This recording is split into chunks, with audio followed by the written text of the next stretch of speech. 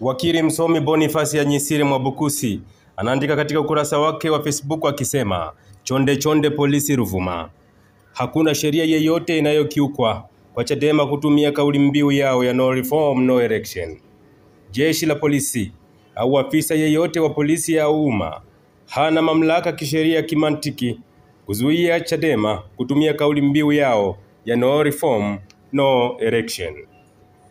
Ni kwa bahati mbaya sana siku hizi hatuzingatii weledi na wivu wa kitaaluma katika kutekeleza majukumu ya umma. Anasema mamlaka ya jeshi la polisi kuhusu mikutano ya kisiasa kwa mujibu wa sheria ya vyama vya siasa Political Parties Act KEP 258 RE 2019 na sheria ya jeshi la polisi Police Force and Auxiliary Service Act KEP namba 322 ya mwaka 2019. Nasema polisi wana jukumu la kupokea taarifa za mikutano ya hadhara, si kutoa kibali. Anasema vyama vya siasa hutakiwa kutoa taarifa ya maandalizi ama ya maandishi kwa OCD au OCS kuhusu mkutano angalau saa 48 kabla. Anasema polisi hawana mamlaka ya kuzuia kwa misingi ya kisiasa isipokuwa kama kuna taarifa za kitelejensia zinazoonyesha uwepo wa tishio la amani. Na hata hivyo, hatua hiyo lazima iwe ya muda, ya lazima na ya kiasi, na ieleze lini na kwa namna gani muhusika atafanya mkutano.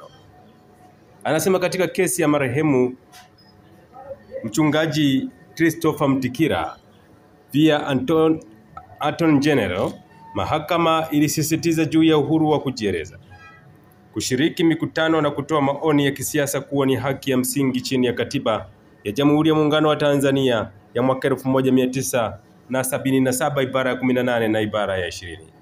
Anasema kauli ya no reform no election na uhalali wake haina kiashiria chochote cha uhalifu na ni kauli halali na ya kisiasa ya kubainisha ama kumaanisha ari. Kila eneo lina lugha na misamiati yake. Kama haikuhusu, wachie wenyewe eneo husika. Umewahi sikia wale mafundi na vibarua wa shirika letu pendwa TANESCO wanaponyenyua au kuvuta nguzo? Usiwalaumu, ile ni lugha ya eneo lao inayowapa hamasa ya kufanya majukumu yao kwa ufanisi. Anasema kwa mujibu wa katiba ya Jamhuri ya Muungano wa Tanzania ya mwaka 1977 kama ilivyorekebishwa ibara ya 18 ya katiba inasema mtu yeyote ana haki ya kutoa maoni yake. Kauli mbiu hii ya Chadema mbele ya utinam haiwezi kuharamishwa. Anasema kwamba na kama kauli hii ya Chadema ni haramu, basi mtuambie pia kuwa muasisi wa kauli hii katika muktadha wa kisiasa katika taifa letu, baba wa taifa Mwalimu Julius Kambarage Nyerere alikuwa muhaini kwa kuchochea uasi wa vijana dhidi ya uzembe wa kutokuwajibika kwa viongozi wa umma. Moja, kauli mbiu hii haitoi wito wa vurugu.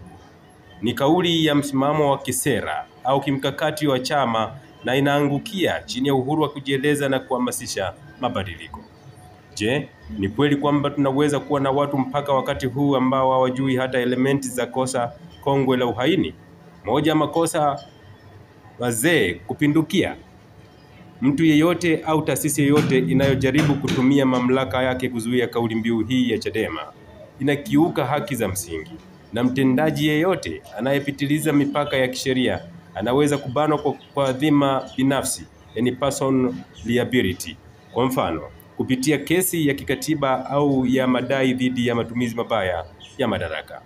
Anasema uongozi wa Chadema katika kuitimiliza haki yao hii wanaweza kuainisha gharama zote walizoingia kuandaa mikutano hiyo ya Ruvuma kwa kusudi la kumfungulia muhusika shauri binafsi la madai kwa jina lake, kama kuna ushahidi kuwa kamanda au OCD huyo amekiuka sheria kwa makusudi kuzuia mikutano bila sababu za kisheria. Anasema kwa jeshi la polisi kutoa amri kinyume cha sheria ni fursa kuwafungulia wahusika kesi za kiukwaji wa katiba, kesi ya madai kwa kuzuia haki za msingi za madhara, au kesi ya dhuluma au matumizi mabaya ya madaraka. Anamalizia kwa kusema Kwa mujibu wa sheria na katiba, polisi hawapaswi kuingilia misingi ya kidemokrasia. Pale vyama vya siasa au wananchi wanapozingatia mtu yeyote anayekiuka kwa kisingizio cha mamlaka, ashtakiwe kwa jina lake binafsi. Haya ni maoni ambayo ameyachapisha ndugu Boniface Mwabukusi katika ukurasa wake wa Facebook, na huyu ni wakili msomi ambaye pia ni mwenyekiti, ni rais wa chama cha wanasheria nchini TLS, yani Tanganyika Law Society.